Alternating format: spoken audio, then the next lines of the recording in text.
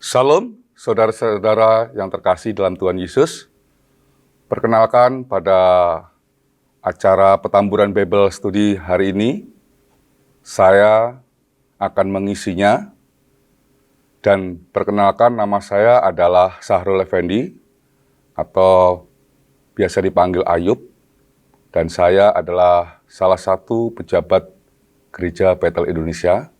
Saya sebagai pendeta pembantu, dan saya sudah berkeluarga dan dikaruniai 2 orang anak, putra dan putri.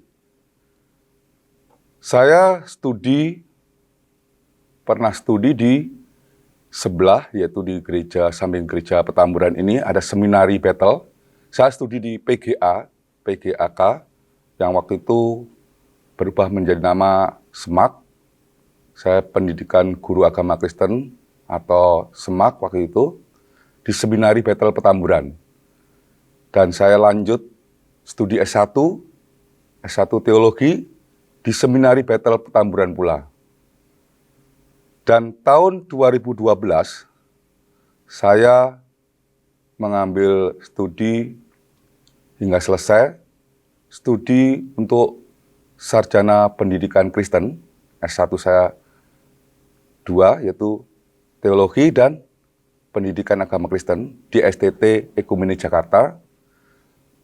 Tahun 2014 selesai studi S2-nya sebagai Magister Pendidikan Kristen di STT Ekumene Jakarta.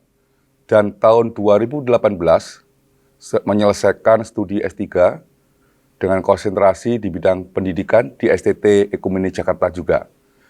Nah, pekerjaan saya hingga hari ini, saat ini saya sebagai pengerja di GBI Petamburan, melayani di GBI Petamburan, dan sejak tahun 2012 pula hingga sekarang saya menjadi dosen di Universitas Trisakti Jakarta untuk beberapa fakultas di sana. Selain itu juga saya sebagai dosen tetap di STT Pokok Anggur Jakarta. Nah, itu sekilas apa yang sudah saya sampaikan tentang diri saya. Nah, pada kesempatan hari ini, saya akan membawakan tema tentang Roh Kudus. Pembahasan tentang Roh Kudus sangatlah luas, saudara-saudara. Namun pada kesempatan kali ini, saya hanya akan membicarakan 4 hal saja, yaitu yang pertama, Roh Kudus sebagai oknum yang berpribadi. Yang kedua, sifat-sifat yang menyatakan bahwa Roh Kudus adalah Allah. Yang ketiga, tentang pekerjaan-pekerjaan Roh Kudus. Dan yang keempat adalah hubungan Roh Kudus dengan orang percaya. Ada satu pertanyaan, siapa atau apakah Roh Kudus itu? Dalam sebuah buku karangan Kevin J. Corner, tentang pedoman praktis tentang iman Kristen, saya membaca tulisan beliau tentang Roh Kudus yang memberikan informasi demikian. Roh Kudus adalah pribadi Allah ketiga dari kealahan yang kekal, sederajat, sama-sama abadi, dan sama-sama ada dengan Bapa dan Anak. Pelayanan Roh Kudus itu adalah menyadarkan dan mengubah manusia, termasuk mengungkapkan Anak dan Bapa kepada orang percaya. Karena kemuliaan Tuhan Yesus Kristus, Roh Kudus dalam seluruh pelayanannya yang mulia bekerja melalui semua orang yang percaya kepada Bapa melalui Anak. Inilah sebabnya zaman sekarang dikenal sebagai zaman Roh Kudus. Ini adalah yang saya kutip dari buku pedoman praktis tentang iman Kristen yang ditulis oleh Kevin J. Corner. Dari apa yang dikatakan oleh Kevin J. Corner, saya menarik sebuah kesimpulan bahwa Roh Kudus adalah pribadi Allah ketiga dari Tritunggal, Bapa, Anak, dan Roh Kudus. Yang kedua, peranan Roh Kudus sangat penting bagi manusia dalam mengenal Bapa dan Anak. Yang ketiga adalah Roh Kudus bekerja dalam kehidupan orang percaya yang telah percaya kepada Bapa dan Anak. Jadi Roh Kudus itu adalah pribadi ketiga dari Tritunggal, Allah Tritunggal. Ia memiliki pribadi dan sifat-sifat Allah, serta melakukan pekerjaan Allah dalam menggenapi seluruh rencananya.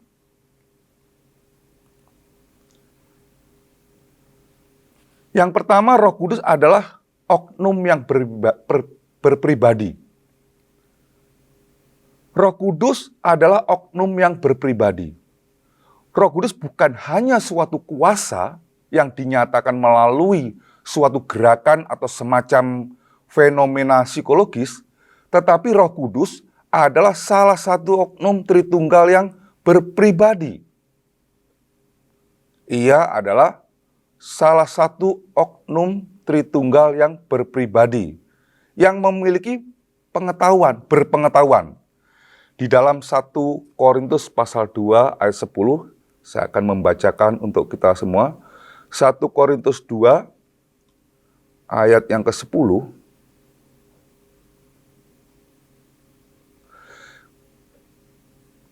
Di sini dikatakan, karena kepada kita Allah telah menyatakannya oleh Roh, sebab Roh menyelidiki segala sesuatu, bahkan hal-hal yang tersembunyi dalam diri Allah.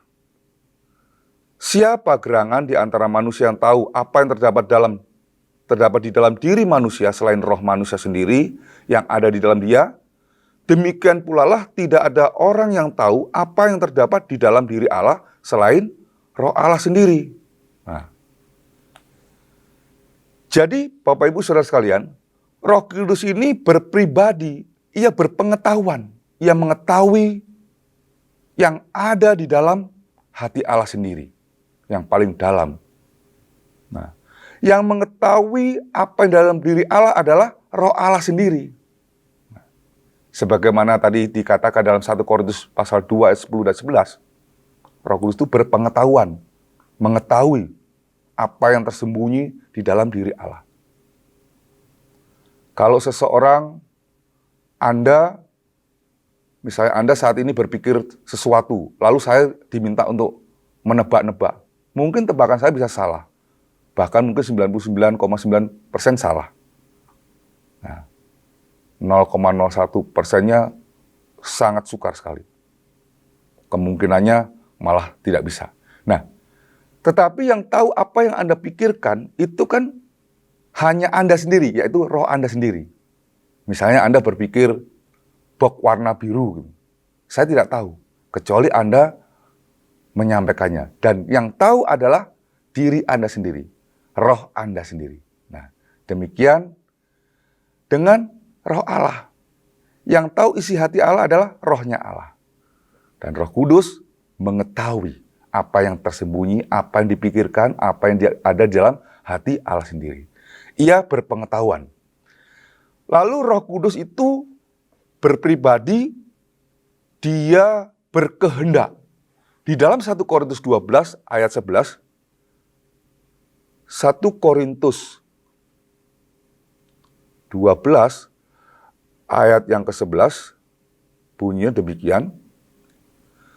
Tetapi semuanya ini dikerjakan oleh Roh yang satu dan yang sama yang memberikan karunia kepada tiap-tiap orang secara khusus seperti yang dikehendakinya. Ini menunjukkan bahwa Roh Kudus itu memiliki kehendak, berkehendak. Nah, ini nanti ketika terjadinya baptisan Roh Kudus, maka Roh Kudus itu dengan 9 karunia yang dimilikinya diberikan kepada orang percaya yang menerima baptisan Roh Kudus. Nah, orang yang percaya menerima baptisan Roh Kudus diberikan pula karunia pada saat terjadinya baptisan Roh Kudus. Tetapi orang percaya tersebut tidak bisa memilih salah satu karunia. Itu hak sepenuhnya diberikan oleh Roh Kudus sendiri. Karena Roh Kudus berpribadi dan berkehendak. Kalau Roh Kudus menghendaki Anda memiliki karunia iman, ya Anda akan mendapatkannya. Tetapi kalau Anda mengharapkan karunia mujizat, sedangkan Roh Kudus tidak memberikan, tidak mengaruniakan karunia mujizat, jangan harap. Karena itu sesuai kehendak Roh Kudus sendiri. Nah, selain itu Roh Kudus yang berpribadi tadi, dia memiliki emosi atau perasaan. Dan di dalam di dalam Efesus 4 ayat 30, Efesus pasal 4, saya membacakan untuk kita sekalian. Efesus pasal yang keempat, ayat yang ke-30. Dikatakan demikian, dan janganlah kamu mendukakan Roh Kudus Allah yang telah memeteraikan kamu menjelang hari penyelamatan. Nah, rupanya Roh Kudus ini memiliki emosi atau perasaan. Dia bisa diduka citakan, merasa berduka cita karena kita, karena ulah kita. Roh Kudus rupanya mampu berduka cita. Dia bisa berduka cita karena memiliki perasaan atau emosi tadi. Nah, karena ini menunjukkan pribadinya, sifat pribadinya. Nah, kalau kita mendukakan Roh Kudus, ya Roh Kudus akan merasa berduka. Bagaimana kita mendukakan Roh Kudus itu? Nanti akan dijelaskan lebih lanjut bahwa Roh Kudus itu kan memimpin kehidupan kita. Dia hanya mengarahkan, memimpin kita dalam segala kebenaran. Namun ketika kita menolak pimpinannya atau mengabaikan, maka dia merasa berduka cita, rasa sedih. Ini menunjukkan sifat pribadinya. Nah, beberapa hal yang sudah saya sebutkan ini, Roh Kudus berpribadi dalam hal ini adalah berpengetahuan, berkehendak, memiliki emosi dan perasaan. Sifat-sifat tersebut menyatakan Roh Kudus adalah berpribadi. Dan karena Roh Kudus adalah berpribadi, maka Roh Kudus dapat pula menolong kita di dalam hal berdoa. Mari kita baca dalam Roma pasal 8, dikatakan demikian. Roma pasal 8, ayat yang ke-30.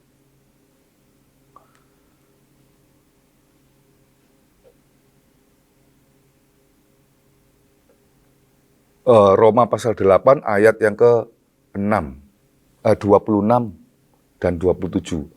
Roma pasal 8 ayat 26 dan 27. Demikian juga Roh membantu kita dalam kelemahan kita, sebab kita tidak tahu bagaimana sebenarnya harus berdoa. Tetapi Roh sendiri berdoa untuk kita kepada Allah dengan keluhan-keluhan yang tidak terucapkan. Ayat yang ke-27, dan Allah yang menyelidiki hati nurani mengetahui maksud Roh itu, yaitu bahwa Ia sesuai dengan kehendak Allah berdoa untuk orang-orang kudus. Jadi Roh Kudus ini berdoa kepada Allah ketika kita tidak mampu mengucapkan dengan kata-kata yang tepat, atau apa yang kita doakan mungkin bahasanya kurang tepat, atau apa penyampaiannya kepada Allah tidak tepat, itu tidak masalah. Selama orang percaya menerima Roh Kudus, ada Roh Kudus dalam hatinya, maka Roh Kudus itulah yang akan menolong kita untuk berdoa kepada Allah. Ini luar biasa. Allah mengetahui dan Allah tahu apa yang Roh Kudus doakan. Karena Roh Kudus pasti berdoa tepat apa yang kita inginkan. Mungkin kita tidak memiliki kata-kata yang tepat atau maksud yang tepat untuk disampaikan kepada Allah. Tetapi Roh Kudus itu menolong kita dalam hal berdoa, menyampaikan sesuatu kepada Allah. Dan Allah bisa memahami itu. Nah, selain itu Roh Kudus dapat menolong kita untuk berbicara kepada kita. Roh Kudus itu berbicara kepada kita. Di dalam Kisah Para Rasul ayat 16, pasal 16, maksud saya. Kisah Para Rasul pasal yang ke-16, ayat yang ke-6 dan yang ke-7, dikatakan demikian. Mereka melintasi tanah Frigia dan tanah Galatia, karena Roh Kudus mencegah mereka untuk memberitakan Injil di Asia. Nah, rupanya mereka mau memberitakan Injil ke wilayah Asia, tetapi dicegah oleh Roh Kudus. Bagaimana Roh Kudus mencegah? Tentu Roh Kudus akan memimpin dalam hal ini, berbicara kepada orang tersebut. Nah, ketika Roh Kudus menyuarakan kehendaknya, suaranya, maka kita atau orang tersebut akan tahu ada suara Roh Kudus berbicara. Nah, ini mengatakan bahwa Roh Kudus mencegah mereka. Artinya ada semacam suara yang didengar oleh mereka saja. Nah, Roh Kudus itu berbicara kepada kita. Bapak Ibu Saudara sekalian, ada orang mungkin kurang percaya kalau Roh Kudus itu bisa berbicara. Kalau kita anak-anak Tuhan yang dipimpin oleh Roh Allah, maka Roh Kudus pun akan berinteraksi untuk berbicara kepada kita. Dia juga akan memberitahukan kepada kita. Saya seringkali mendengarkan pimpinan Roh Kudus. Nah, itu tergantung kepekaan kita, Bapak Ibu. Misalnya, saya akan menjadi dosen di Universitas Trisakti. Bagaimana caranya? Roh Kudus memberitahukannya. Saya mau menikah, ketika itu bagaimana? Siapa ini? Saya berinteraksi. Ketika kita bergaul karib dengan Allah dan bersama Roh Kudus, maka Allah akan membimbing kita melalui Roh Kudusnya. Dan Roh Kudus akan membimbing dan memberikan bimbingannya.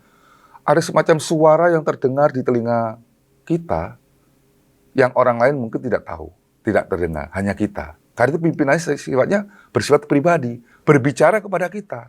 Nah, alangkah indahnya kalau kita mendapat pimpinan Roh Kudus. Karena Roh Kudus pasti memimpin ke jalan-jalan atau ke hal-hal yang baik. Nah, Roh Kudus berbicara kepada kita.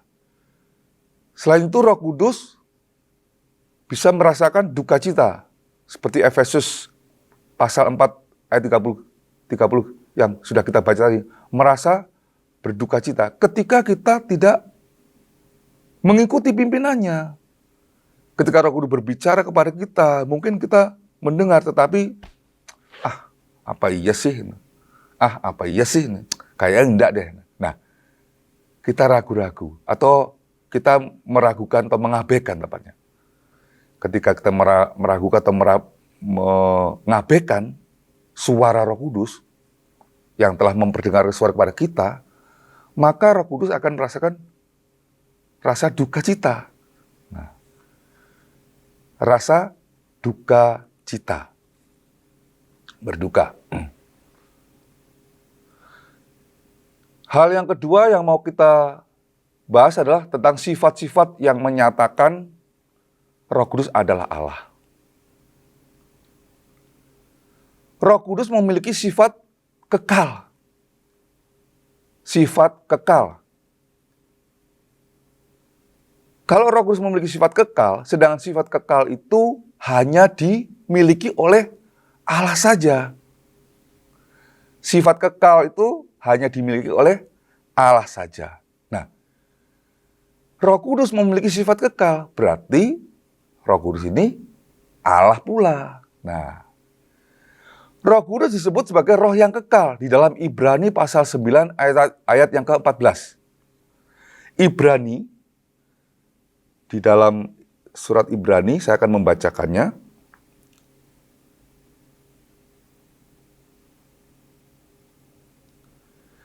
Ibrani pasal yang ke-9, ayat yang ke-14.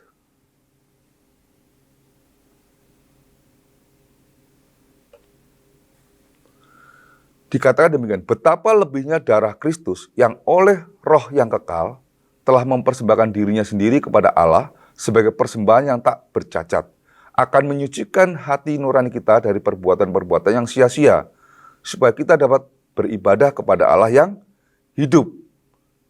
Nah, dikatakan sebagai roh yang kekal. Ini menunjukkan bahwa Roh Kudus memiliki sifat ilahi. Sifat ilahi yang sama dengan Allah sendiri. Sebelum dunia diciptakan sampai pada kesudahan dunia, Roh Kudus sudah ada dan ia tetap ada bersama dengan Allah, bersama dengan Anak. Bersifat ilahi. Ilahi itu bersifat ilahi itu sifat Allah. Allah itu kekal. Kalau Roh Kudus kekal, berarti Roh Kudus bersama-sama dengan Bapa. Roh Kudus bersama-sama dengan Anak. Karena Bapa dan Anak memiliki sifat kekal pula. Nah, Roh Kudus sifat kekal, bersifat kekal, memiliki sifat kekal. Roh Kudus adalah roh yang memberi hidup yang kekal. Karena ia melepaskan kita dari hukum dosa dan hukum maut di dalam Kristus. Di dalam Roma pasal 8 ayat 2 dikatakan.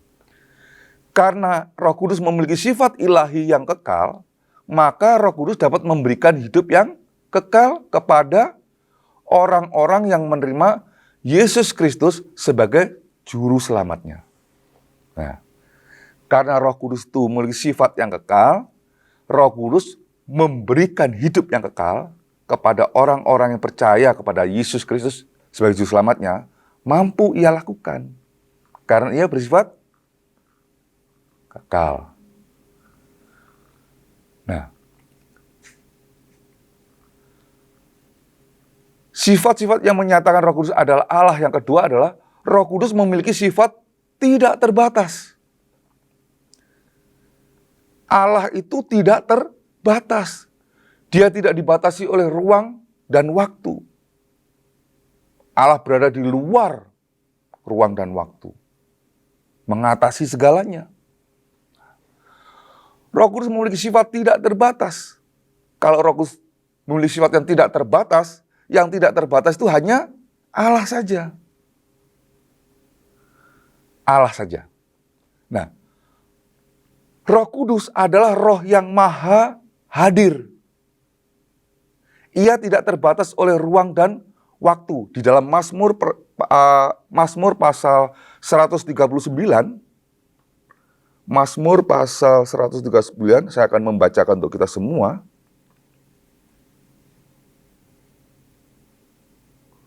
Mazmur pasal 139 ayat 7 dimulai.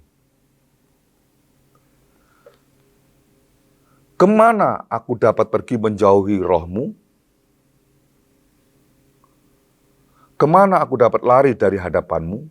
Jika aku mendaki ke langit, Engkau di sana. Jika aku menaruh tempat tidurku di dunia orang mati, di situ pun Engkau. Jika aku terbang dengan sayap fajar dan membuat kediaman di ujung laut, juga di sana tangan-Mu akan menuntun aku, dan tangan kanan-Mu memegang aku. Ini menjelaskan bahwa Roh Allah itu ada di mana-mana, mengatasi segala ruang dan waktu. Roh Allah itu adalah Roh Kudus itu, Roh Allah. Roh Kudus adalah Roh Allah yang maha hadir. Ia tidak dibatasi oleh ruang dan waktu. Nah, kalau Roh Allah itu maha hadir itu adalah sifat Allah. Maka Roh Kudus itu adalah Allah. Dia Allah juga. Lalu dikatakan Roh Kudus adalah Roh Allah yang maha kuasa. Roh Kudus adalah Roh Allah yang maha kuasa. Ia tidak terbatas kuasanya. Di dalam Lukas pasal 1, mari saya akan bacakan. Di dalam Injil Lukas pasal yang ke-1, ayat yang ke-35, dikatakan di sini, jawab malaikat itu kepadanya, Roh Kudus akan turun ke atasmu, dan kuasa Allah yang Maha Tinggi akan menaungi engkau. Sebab itu anak yang akan kau lahirkan itu akan disebut kudus, anak Allah.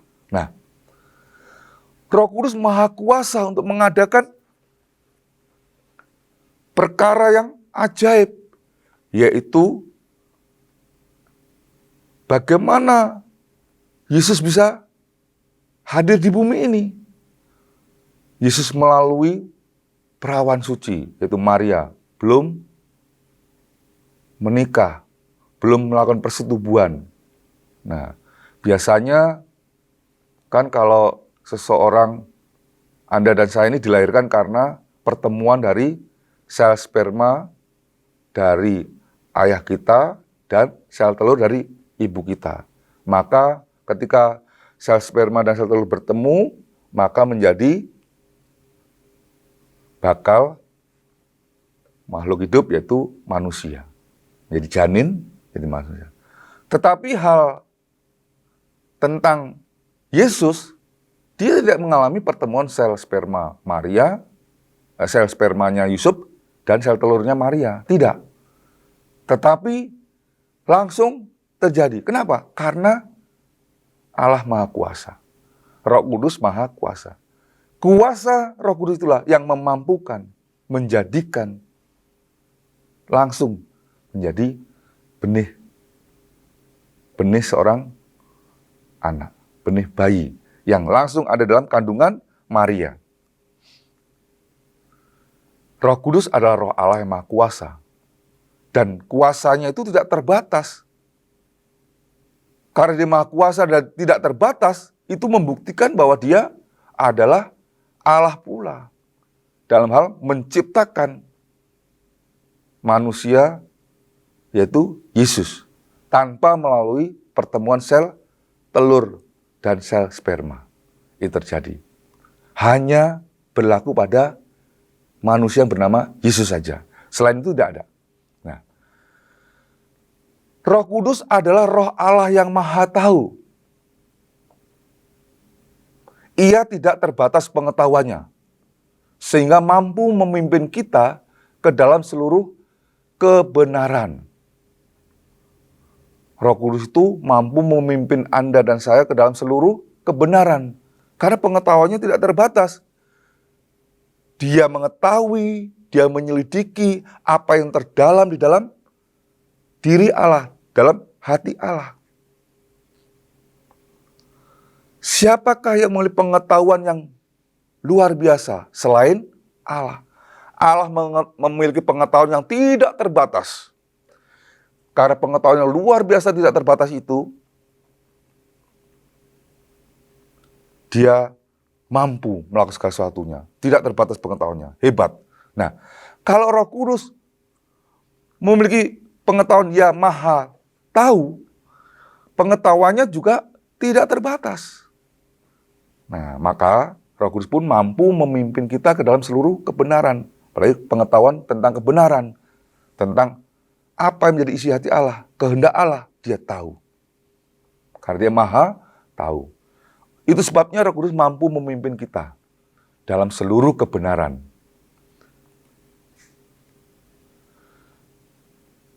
Sifat-sifat yang menyatakan Roh Kudus adalah Allah dikatakan bahwa Roh Kudus memiliki sifat kekal, Roh Kudus memiliki sifat tidak terbatas, Roh Kudus memiliki sifat kebenaran. Roh Kudus adalah roh kebenaran itu sendiri. Di dalam Injil Yohanes pasal yang ke-15 ayat 26 dikatakan demikian. Injil Yohanes pasal yang ke-15 ayat yang ke-26. Jikalau penghibur yang akan kuutus dari Bapa datang, yaitu roh kebenaran yang keluar dari Bapa, ia akan bersaksi tentang aku. Apa yang disaksikan Roh Kudus kepada kita adalah apa yang dilakukan oleh Yesus, kebenaran di dalam Yesus, tentang Yesus itu. Roh Kudus adalah roh kebenaran. Ia adalah kebenaran itu sendiri. Dan pewahyu kebenaran. Roh Kudus itu roh kebenaran dan pewahyu kebenaran. Ia juga yang memimpin pikiran manusia masuk ke dalam kebenaran. Roh Kudus memimpin kita untuk masuk ke dalam kebenaran Allah. Kebenaran tentang Allah, kebenaran tentang Kristus, kebenaran tentang dosa, kebenaran tentang penghakiman. Wah, ada hal yang luar biasa. Roh Kudus memiliki sifat kebenaran. Ini luar biasa.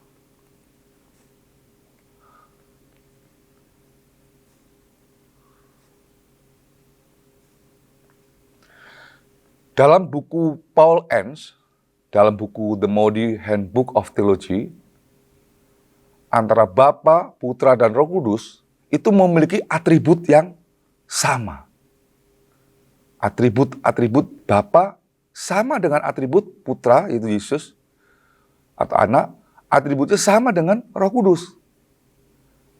Atribut Bapa, Putra, dan Roh Kudus itu hidup, maha tahu, maha kuasa, maha hadir, kekal, kudus, kasih, benar. Nah, ini dicatat oleh Paul Enns dalam buku The Moody Handbook of Theology, memberikan bagan demikian. Atribut Bapa, Putra, Roh Kudus sama. Nah, atribut itu merefleksikan kesatuan dan kesetaraan dari Trinitas. Bapa memiliki atribut hidup, Putra juga hidup, Roh Kudus juga hidup. Sama, setara. Tidak lebih tinggi atau lebih rendah. Setara, sama. Kalau Roh Kudus memiliki hidup, Putra memiliki hidup, Bapa memiliki hidup, setara. Berarti Roh Kudus adalah Allah. Atribut maha tahu ini dimiliki oleh Bapa, oleh Putra, dan oleh Roh Kudus. Berarti setara. Maha kuasa, atribut maha kuasa dimiliki oleh Bapa, Putra, dan Roh Kudus. Setara juga. Atribut kekal dimiliki oleh Bapa, atribut kekal dimiliki oleh Putra, atribut kekal dimiliki oleh Roh Kudus. Demikian juga atribut kudus, kasih, dan benar. Nah, Roh Kudus menampilkan atribut-atribut ilahi yang sama dengan Bapa dan Putra. Itu menunjukkan bahwa Roh Kudus adalah Allah. Ia setara dengan Putra atau setara dengan Yesus. Ia setara dengan Bapa. Karena ketiganya adalah Allah yang Esa. Nah, itu menunjukkan bahwa Roh Kudus adalah Allah. Berikutnya yang ketiga, bicara tentang pekerjaan-pekerjaan Roh Kudus. Seluruh karya Allah tidak bisa lepas dari pekerjaan Roh Kudus. Roh Kudus menjadi pelaksana yang menggenapi seluruh pekerjaan Allah. Nah, pekerjaan-pekerjaan Roh Kudus yang pertama berkaitan dengan karya Tuhan yang paling besar, yaitu dalam penciptaan. Pertama dalam penciptaan. Pada waktu Allah menciptakan, Roh Kudus yang menggenapi dan melaksanakan pekerjaan penciptaan. Di dalam Kejadian pasal 1 ayat 1 dan 2. Kejadian pasal 1 ayat 26. Yesaya pasal 40 ayat 12 sampai 14. Mazmur pasal 33 ayat 6. Di dalam penciptaan tersebut, Roh Kudus menggenapi dan melaksanakan pekerjaan penciptaan itu. Di dalam kitab Kejadian pasal 1 ayat yang ke-1 dan 2 dikatakan, pada mulanya Allah menciptakan langit dan bumi. Bumi belum berbentuk dan kosong. Gelap gulita menutupi samudera raya. Dan Roh Allah melayang-layang di atas permukaan air. Nah, Roh Allah mengadakan penciptaan itu. Jadi langit dan bumi belum ada, belum terbentuk. Kosong dikatakan, bahasa kosong, tidak ada. Nah, Allah itu menciptakan dari yang tidak ada menjadi ada. Bara. Sesuatu yang diciptakan dari tidak ada menjadi ada.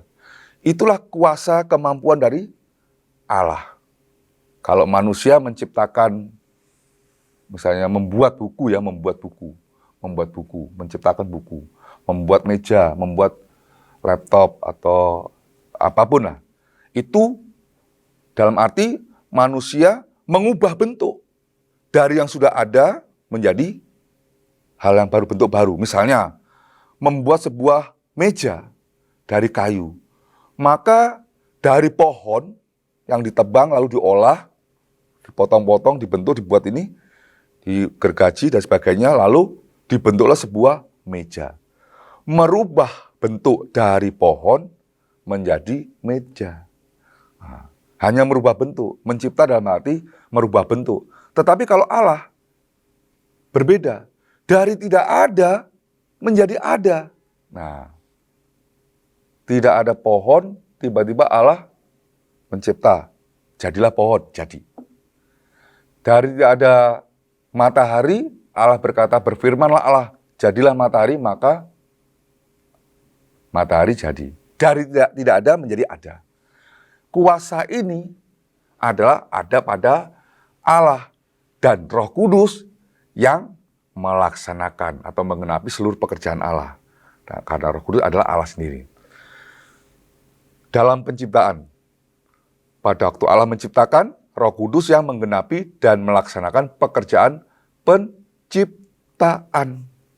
Nah, selanjutnya pekerjaan Roh Kudus adalah dalam penebusan. Pada waktu Allah melakukan karya penebusan atas dosa manusia, Allah mempersiapkan keselamatan melalui kedatangan Yesus Kristus ke dalam dunia dan karyanya di atas kayu salib. Roh Kudus yang mengantar firman menjadi manusia dan menggerakkan hati orang, memberi hidup dan melahirkan kembali orang-orang secara pribadi lepas pribadi. Roh Kudus ini yang mengantarkan firman menjadi manusia. Firman menjadi manusia, firman menjadi daging. Ini pekerjaan Roh Kudus, kuasa Roh Kudus.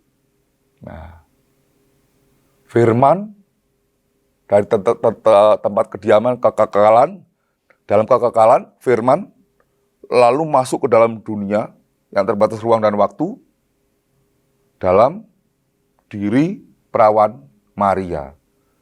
Firman menjadi daging, menjadi benih manusia. Lalu lahirlah dan menjadi Yesus. Nah, firman menjadi manusia karena Roh Kudus menaungi. Nah, lalu Roh Kudus memberi hidup dan melahirkan kembali orang-orang yang percaya Yesus. Jadi ketika seseorang percaya kepada Yesus, pada firman itu, firman yang menjadi daging tadi, karena percaya kepada Yesus dan karya salibnya, lalu seseorang menyadari, meresponi firman itu, meresponi bahwa dia ada dosa, maka dia bertobat. Lalu dia mendapatkan pengampunan dari Yesus karena korban kematian Yesus menebus dosanya. Dan pada waktu itu juga Roh Kudus mengubahkan. Roh Kristus masuk ke dalam diri, roh manusia, dalam diri manusia, dan menyatu dan bersaksi. Roh Kudus menyaksikan tentang siapa Yesus. Menjadi lahir baru. Ini pekerjaan hanya dapat dilakukan oleh Roh Kudus. Roh Kudus itu melakukan kelahiran kembali. Makanya Nikodemus heran. Apakah aku harus masuk dalam perut ibuku lalu dilahirkan? Oh tidak. Yang melahirkan itu Roh Kudus. Bagaimana caranya? Dengan kuasa Roh Kudus tentunya. Oleh karena apa? Firman dan Roh. Ya, Roh Kuduslah yang melakukan. Ini kuasa Roh Kudus. Jadi orang-orang yang sudah percaya Kristus itu adalah orang-orang yang sudah dilahirkan baru secara oleh Roh Kudus, oleh firman, oleh Roh Kudus itu sendiri. Nah, dalam penebusan, maka mereka yang ditebus itu adalah orang-orang yang sudah dilahirkan kembali. Lalu pekerjaan Roh Kudus selanjutnya adalah dalam pewahyuan.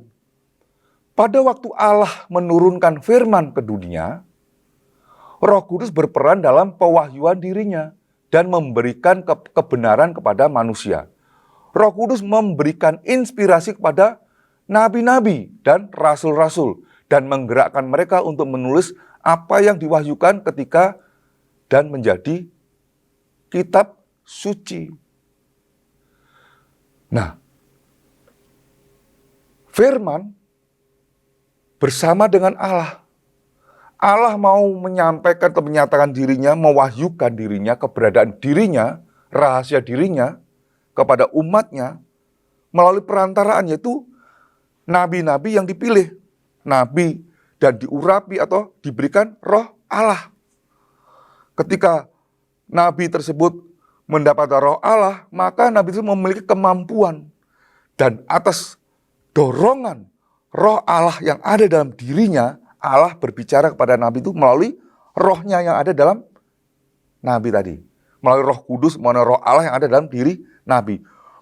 Mendorong, memberikan kemampuan, pemahaman kepada si nabi. Sehingga ia berkata-kata, berdasarkan apa? Dorongan roh Allah. Dorongan Allah.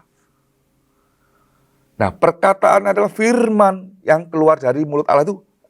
Dari mulut Allah itu, dari Roh Kudus, roh Allah yang ada di dunia ini, mendorong sehingga Nabi mengucapkannya. Nah, ketika hal itu diucapkan, maka ketika hal itu dikumpulkan, nanti ada prosesnya rumit ya, di proses lalu perkataan-perkataan Nabi tadi dan perkataan rasul-rasul lalu itu karena dorongan dari dorongan Roh Kudus dikumpulkan lalu dibukukan menjadi sebuah kitab suci. Maka dikatakan sebagai firman Allah yang tertulis. Nah, firman Allah tertulis. Nah, bagaimana dengan pada masa kini? Pada masa kini Roh Kudus mengiluminasikan kita atau memberikan penjelasan kepada kita supaya mengerti firman Tuhan yang sudah diwahyukan ketika atau saat kita membaca dan merenungkan firman Allah. Jadi Anda dan saya ketika membaca atau merenungkan firman Allah tadi adalah perkataan Allah yang disampaikan melalui perantaraan Nabi. Yaitu roh Allah mendorong Nabi untuk memperkatakan firman Allah. Dan firman Allah dibukukan, ketika ditulis, dikumpulkan, dibukukan menjadi firman Allah, sebuah kitab suci, kitab kita. Ada firman Allah, Alkitab adalah firman Allah. Ketika kita membacanya, maka perlu pertolongan Roh Kudus itulah yang mengiluminasikan kita, memberikan penjelasan kepada kita sehingga kita mengerti apa yang dimaksud oleh firman tertulis tadi, yaitu firman Allah sendiri. Nah, berkaitan dalam pewahyuan tadi, pekerjaan Roh Kudus dalam pewahyuan, pekerjaan Roh Kudus dalam pewahyuan secara khusus ada dua hal yang sangat penting, yaitu menurunkan firman menjadi kitab suci, yaitu menurunkan firman menjadi kitab suci, yaitu firman Allah yang tertulis. Allah menyatakan diri dan berbicara kepada manusia melalui kitab suci. Kitab suci adalah firman Allah yang menyaksikan tentang diri Allah dan tentang Kristus adalah Tuhan. Dalam 1 Korintus pasal 12 ayat 3. Jadi Allah menyatakan dirinya kepada nabi-nabi yang diberikan roh Allah. Allah berbicara melalui dorongan rohnya dalam diri nabi ini, menyampaikan ketika itu ucapan nabi dikumpulkan lalu dibukukan, maka itu menjadi firman Allah. Menurunkan firman dari kekal tadi menjadi kata-kata, lalu kata-kata menjadi sebuah tulisan. Nah, menjadi kitab suci kita. Yang kedua, menurunkan firman menjadi daging, yaitu firman Allah yang hidup. Kalau tadi Allah berbicara melalui perantaraan nabi-nabinya, maka pada zaman akhir Allah berbicara melalui perantaraan anaknya yang ditetapkan, yaitu Yesus.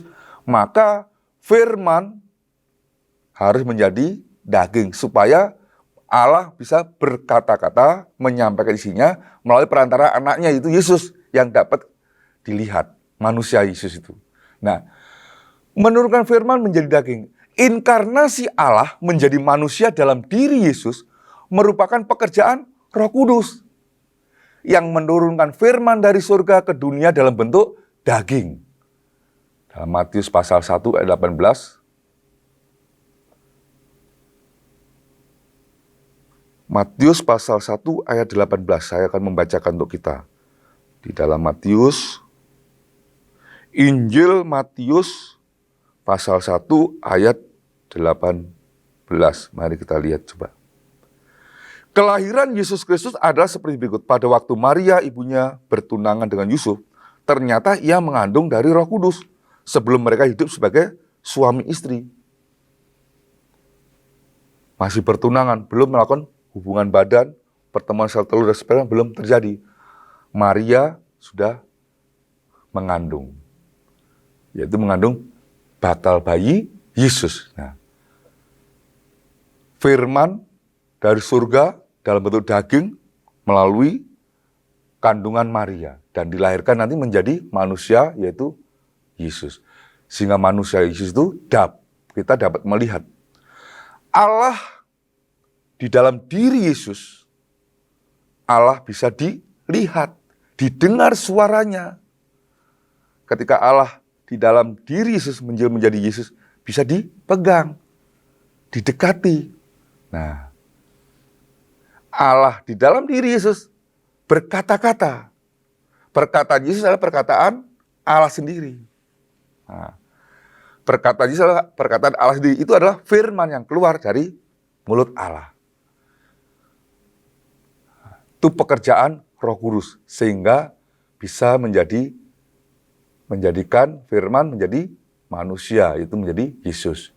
Nah, pekerjaan yang kedua adalah pekerjaan Roh Kudus yang berkaitan dengan kehidupan orang Kristen. Roh Kudus memimpin orang Kristen dalam hidup kudus. Dalam 1 Korintus pasal 3 ayat 16, pasal 6 ayat 19, 2 Tesalonika 2 ayat 13.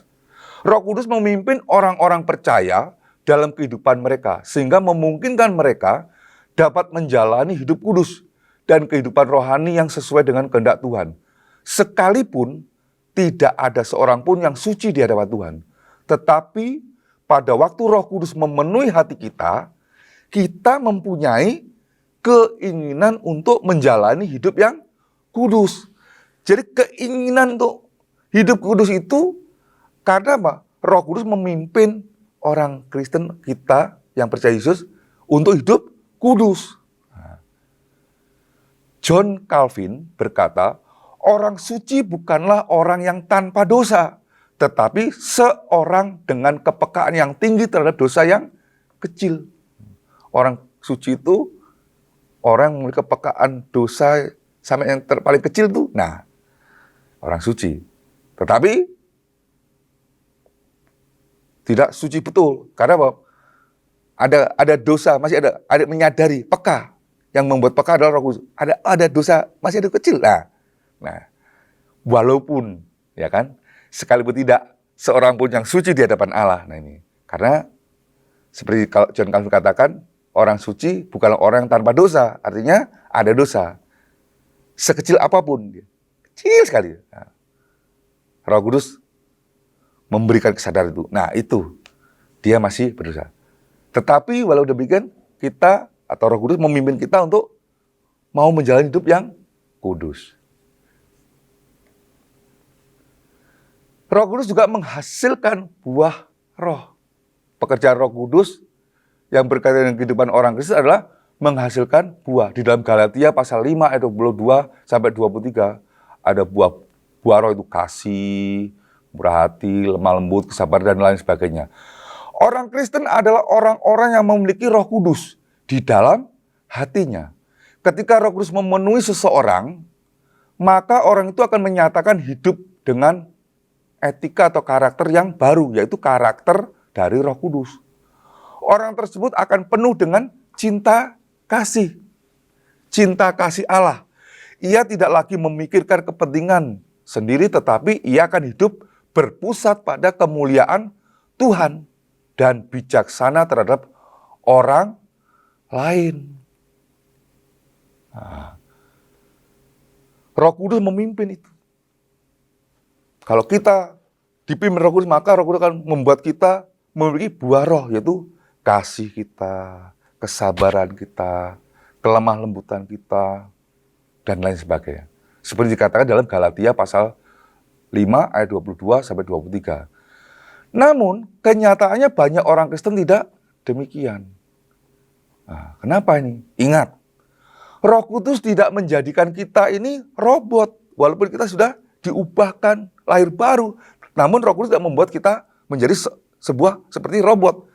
Roh Kudus hanya memimpin. Namun kita mempunyai kebebasan untuk menerima pimpinannya kalau kita hidup dalam roh, yaitu dalam Roh Kudus. Pimpinan Roh Kudus. Kita akan kita bebas. Kalau Roh Kudus memimpin kita, kita mau, maka berarti kita hidup dalam pimpinan Roh Kudus. Tetapi kalau kita menolak pimpinannya, ya Roh Kudus tidak bisa memaksakannya. Maka Roh Kudus akan berduka cita tadi. Merasa berduka cita, sedih. Karena Anda dan saya tidak mau dipimpin, diarahkan. Itu sebabnya Roh Kudus bisa diduka citakan. Karena Roh Kudus ada roh yang memiliki pribadi juga. Nah, di atas sudah kita bahas. Pribadi. Bisa diduka citakan. Nah, dia lemah lembut. Tidak memaksa, dia memimpin dalam segala kebenaran. Tetapi keputusannya apakah Anda dan saya mau dipimpin? Kalau kita mau dipimpin berarti kita hidup di dalam pimpinan Roh Kudus, hidup dalam roh. Maka secara terus-menerus kita dipimpin, maka kita akan menghasilkan buah-buah roh tadi. Banyak hal. Roh Kudus mau senantiasa memimpin kita. Pertanyaannya atau permasalahannya adalah, apakah Anda dan saya mau dipimpin? Nah, sejauh Anda dan saya mau dipimpin itulah, maka sejauh itu pula buah-buah roh akan berkembang atau bertumbuh. Tetapi kalau tidak, ya maka kita akan jauh dari pimpinannya, menduka citakannya.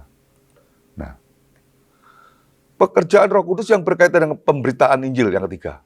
Pekerjaan Roh Kudus berkaitan dengan pemberitaan Injil. Roh Kudus memberikan kuasa dalam memberitakan Injil. 1 Tesalonika 1 ayat 5, Yohanes 14 ayat 26, 1 Petrus pasal 1 ayat 12. Nanti Anda bisa baca sendiri. Rahasia kesuksesan dalam pekabaran Injil adalah karena kita mengenal, memiliki, dan mengalami kuasa Roh Kudus. Tanpa urapan Roh Kudus dan tanpa Roh Kudus memenuhi seseorang, kita tidak bisa, bahkan tidak akan berani bersaksi bagi Tuhan. Ketika Roh Kudus mengurapi, ia mengurapi pemberitanya. Itu Anda dan saya kalau ketika memberitakan. Dan firman yang diberitakan atau diberitahukan orang tersebut, pemberita tersebut, Anda dan saya. Sehingga ada kuasa dalam pemberitaan firman yang menggerakkan si penerima firman. Jadi dalam Alkitab ini dijelaskan bahwa kalau seseorang menyampaikan firman dengan kata-katanya sendiri, dengan perkataan kemampuan dengan kata-kata sendiri, tanpa kuasa Roh Kudus, maka tidak bisa mengubahkan atau membuat orang lain menyadari. Nah, itu sebabnya perlu kita dibaptis Roh Kudus. Nanti pelajaran berikutnya ada, nanti sesi yang lainnya. Seseorang ketika menerima baptisan Roh Kudus, maka ada kuasa Allah diberikan. Kuasa untuk bersaksi tentang Kristus. Menyaksikan, menyampaikan firman. Bukan cuma sekedar perkataan yang keluar dari mulut si pembicara. Tetapi ada kuasa roh. Yaitu Roh Kudus yang mengurapi kata-kata tersebut dan menjadi berkuasa. Roh Kudus memberikan kuasa dalam pemberitaan firman, pemberitaan Injil. Roh Kudus juga membawa manusia kepada pertobatan dan kelahiran kembali. Dalam hal ini, pekerjaan Roh Kudus adalah menginsafkan dunia akan dosa, kebenaran, dan penghakiman. Sebagaimana sudah kita baca dalam Injil Yohanes pasal 16 ayat 8 dan pasal 16 ayat 8 sampai 10. Jadi yang menginsafkan dunia akan dosa, kebenaran, dan penghakiman itu hanya Roh Kudus. Ketika seseorang mendengar pemberita firman, si pemberita tadi menyampaikan kata-kata dan diurapi oleh kuasa Roh Kudus, ada kuasa Roh Kudus, maka Roh Kudus akan firman tadi kita dengar, maka ketika kita diterangi Roh Kudus, maka kita akan menyadari ada dosakah, ada kesalahan. Nah, hal ini terjadi ketika Rasul Petrus menerima baptisan Roh Kudus, menerima baptisan Roh Kudus, lalu dia berani berkata, menyampaikan firman Allah di hadapan banyak orang. Dan orang-orang mendengar menjadi terharu, tersentuh. Dia menyadari dalam perkataan Petrus tadi, yaitu firman, dia sadar kan dosa. Maka mereka bertanya, lalu apa yang harus kami perbuat? Nah, Petrus berkata, hendaklah engkau memberikan diri untuk percaya kepada Yesus, untuk menerima pengampunan dosa, supaya menerima pengampunan dosa dan dilahirkan kembali. Nah, Roh Kudus itu juga melahirkan kembali pada saat seseorang percaya, bertobat, dan dia menerima pengampunan dosa, dilahirkan kembali. Lalu Roh Kudus menjadi jaminan keselamatan kita dalam Efesus pasal 1 ayat 13 dan 14. Dan Roh Kudus itu juga berkaitan dengan pembentukan dan perkembangan gereja, yaitu orang-orang percaya. Roh Kudus membentuk dan memperluas gereja yang adalah tubuh Kristus dengan melahirkan baru dan menyucikan serta tinggal dalam gereja sebagai prinsip hidup yang baru bagi orang yang dilahirkan baru. Jadi gereja itu adalah orangnya, bukan gedungnya. Orang-orang yang sudah dilahirkan baru itulah gereja. Dan kepada mereka, orang percaya Roh Kudus memimpin, memperkembangkan, mengembangkan orang semakin kasihnya kepada Kristus. Jadi saudara-saudara kasih, betapa pentingnya peran Roh Kudus dalam kehidupan orang percaya. Roh Kudus memiliki peran yang sangat penting.